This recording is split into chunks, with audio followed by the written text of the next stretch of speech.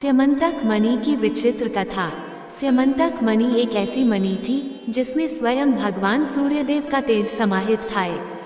वो मणि जिस भी राज्य में रहती उस राज्य में कभी भी धन धान्य की कमी नहीं होती। अब ऐसी मणि को कौन नहीं पाना चाहेगा। स्वयं भगवान श्री कृष्ण के मन में उस मणि को पाने की इच्छा जागी। बचपन में गोपियों से माखन चुराकर खाने के कारण भगवान श्री कृष्ण का एक नाम माखन चोर भी है। लेकिन इस बार जो आरोप भगवान श्री कृष्ण पर लगा था वो हंसी खेल में करी गई चोरी का नहीं था। इस बार आरोप लगा था दुनिया की सबसे मूल्यवान वस्तु की चोरी का। आरोप था कि श्री कृष्ण ने स्यमंतक मणि की चोरी की। क्या था इस आरोप का सच? क्या सच में चुराई थी श्री कृष्ण ने वो मूल्यवान मणि? अगर नहीं तो फिर उन पर ऐसा आरोप क्यों लगा? आइए जानते हैं आज की इस कथा में। अंधकवंशी यादवों के राजा सत्यराजित भगवान सूर्यदेव के परम भक्त थे। सत्यराजित ने वर्षों तक सूर्यदेव की आराधना की।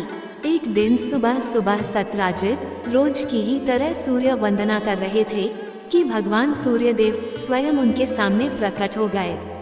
सत्यराजित ने जब भगवान सूर्यदेव को साक्षात अपने सामने खड़ा हुआ देखा तो हाथ जोड़कर वंदना करते हुए कहा, प्रभु, आप जिस तेज से इस सारे संसार को प्रकाशित करते हैं मुझे वह तेज देने की कृपा करें।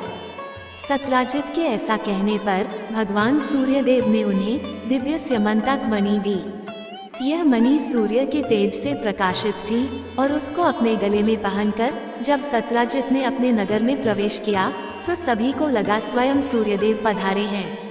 सत्यराजित ने वह मणि अपने प्रिय छोटे भाई प्रसेनजित को दे दी।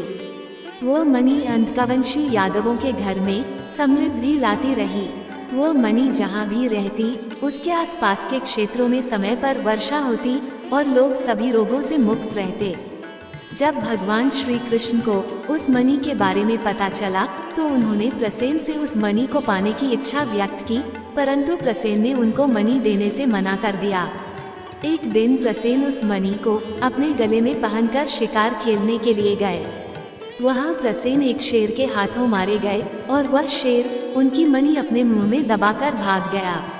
महाबली वृक्षराज जामवंत ने जब शेर को अपने मुंह में मणि दबाए भागते हुए देखा तो उन्होंने शेर का वध कर मणि लेकर अपनी गुफा में चले गए।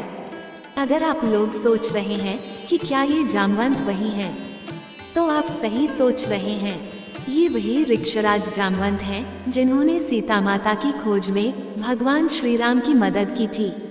इधर जब कई दिनों तक प्रसेन का कोई पता नहीं चला तो अंधकवंश के लोग संदेह करने लगे कि हो न हो इसमें श्री कृष्ण का ही हाथ है। उन्होंने पहले भी प्रसेन से मणि मांगी थी और प्रसेन ने उन्हें मणि नहीं दी।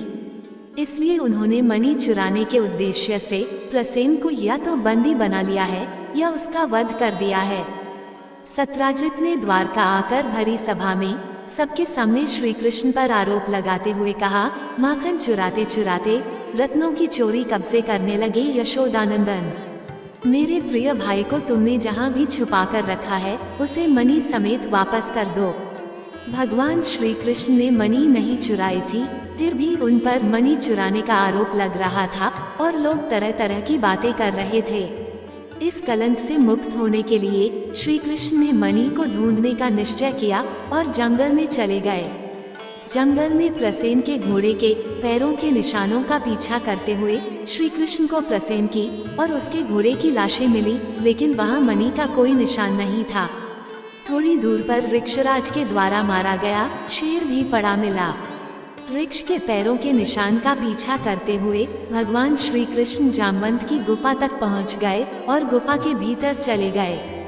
वहां उन्होंने देखा कि जामवंत की पुत्री उस मणि से खेल रही है। श्री कृष्ण को देखते ही जामवंत युद्ध के लिए तैयार हो गया और युद्ध छिड़ गया।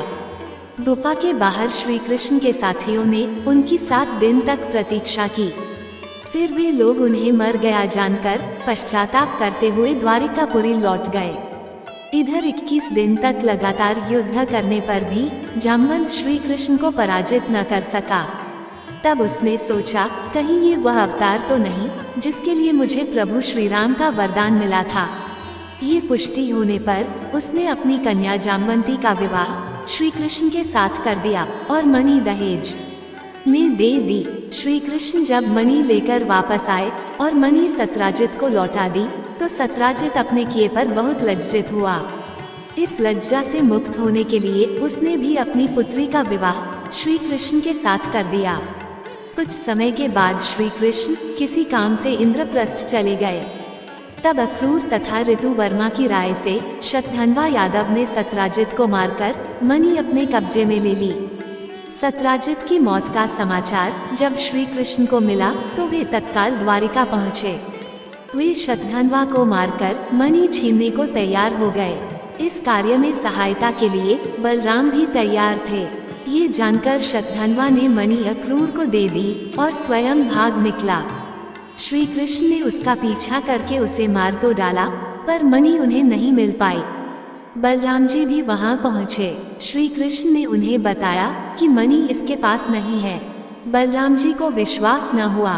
वे अप्रसन्न होकर विदर्भ चले गए। श्री कृष्ण के द्वारिका लौटने पर लोगों ने उनका भारी अपमान किया। तत्काल ये समाचार फैल गया कि स्यमंतक मणि के लोभ में श्री कृष्ण ने अपने भाई को भी त्याग दिया। श्री कृष्ण सकारण प्राप्त अपमान के शोक में डूबे थे कि सहसा वहां नारद जी आ गए। उन्होंने श्री कृष्ण जी को बताया, आपने भाद्रपद शुक्ल चतुर्थी के चंद्रमा का दर्शन किया था, इसी कारण आपको इस तरह लांछित होना पड़ा है। श्री कृष्ण ने पूछा, चौथ के चंद्रमा को ऐसा क्या हो गया है जिसके कारण उसके दर्शन मात्र से मनुष्य कलंकित होता है। तब नारद जी बोले, एक बार ब्रह्मा जी ने चतुर्थी के दिन गणेश जी का व्रत किया था। गणेश जी ने प्रकट होकर वर मांगने को कहा तो उन्होंने मांगा कि मुझे सृष्टि की रचना करने का मोह न हो। गणेश जी ज्यों ही तथास्तु कहकर चलने लगे तो उनके विचित्र व्यक्तित्व को देखकर चंद्रमा ने उनका उपहास किया। इस पर गणेश जी ने रुष्ट होकर चंद्रमा को शाप दिया कि आज से कोई तुम्हारा मुख नहीं देखना चाहेगा। शाप देकर गणेश जी अपने लोक चले गए और चंद्रमा मानसरोवर की कुमुदिनियों में जा छिपा। चंद्रमा के बिना प्राणियों को बड़ा कष्ट हुआ। उनके कष्ट को देखकर ब्रह्मा जी की आज्ञा से सारे देवताओं के व्रत से प्रसन्न होकर गणेश जी ने वरदान दिया कि अब चंद्रमा शाप से मुक्त तो हो जाएगा, पर भाद्रपद शुक्ल चतुर्थी को जो भी चंद्रमा के दर्शन करेगा उसे चोरी आदि का झूठा लांछन जरूर लगेगा, किंतु जो मनुष्य प्रत्येक द्वितीया को दर्शन करता रहेगा वह इस लांछन से बच जाएगा। इस चतुर्थी को सिद्धि विनायक व्रत करने से सारे दोष छूट जाएंगे। ये सुनकर देवता अपने अपने स्थान को चले गए। इस प्रकार भाद्रपद शुक्ल चतुर्थी को चंद्रमा का दर्शन करने से श्री कृष्ण को ये कलंक लगा था। तब श्री कृष्ण ने कलंक से मुक्त होने के लिए यही व्रत किया था। दोस्तों, आपको ये कथा कैसी लगी कृपया कमेंट करके जरूर बताएं।